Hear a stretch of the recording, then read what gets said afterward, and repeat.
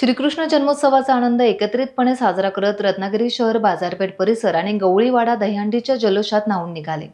गोविंदा आला रे आलाच्या गजरात संपूर्ण शहर दुमदुमून गेले होते। या निमित्ताने शहराच्या विविध भागांमध्ये दहीहंडीचे आयोजन करण्यात आलं होतं। गोविंदा पथकांनी मानवी मनोरे रचून दहीहंडी फोडली आणि श्रीकृष्ण जन्माष्टमीचा उत्सव मोठ्या उत्साहात साजरा केला। या वर्षीच्या दहीहंडी उत्सवाचे वैशिष्ट्य म्हणजे यात बालगोपाळांचा लक्षणीय सहभाग होता। लहानग्या गोविंदांनी मोठ्या गोविंदांच्या खांद्याला खांदा लावून मनोरे रचले आणि दहीहंडी फोडली।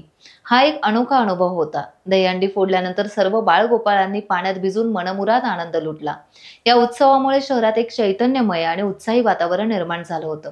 दहीहंडी फोडल्यानंतर अनेक तरुणांनी डोक्यावर गोकुळ घेऊन तलावात उड्या मारल्या आणि पोहण्याचा मनसोक्त आनंद लुटला।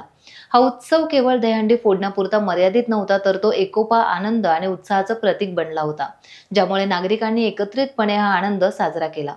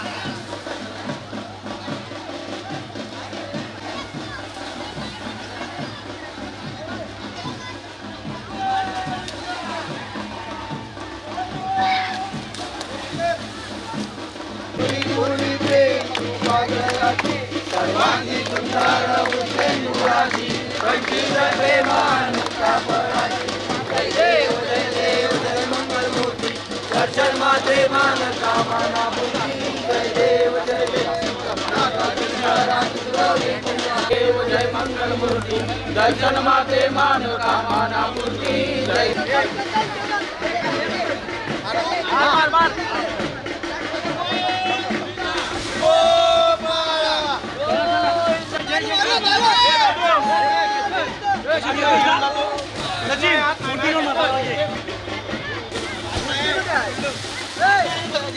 टाइम्स डिजिटलला लाईक करा, शेअर करा, सबस्क्राईब करा आणि बेल आयकॉन दाबायला विसरू नका. Times digital.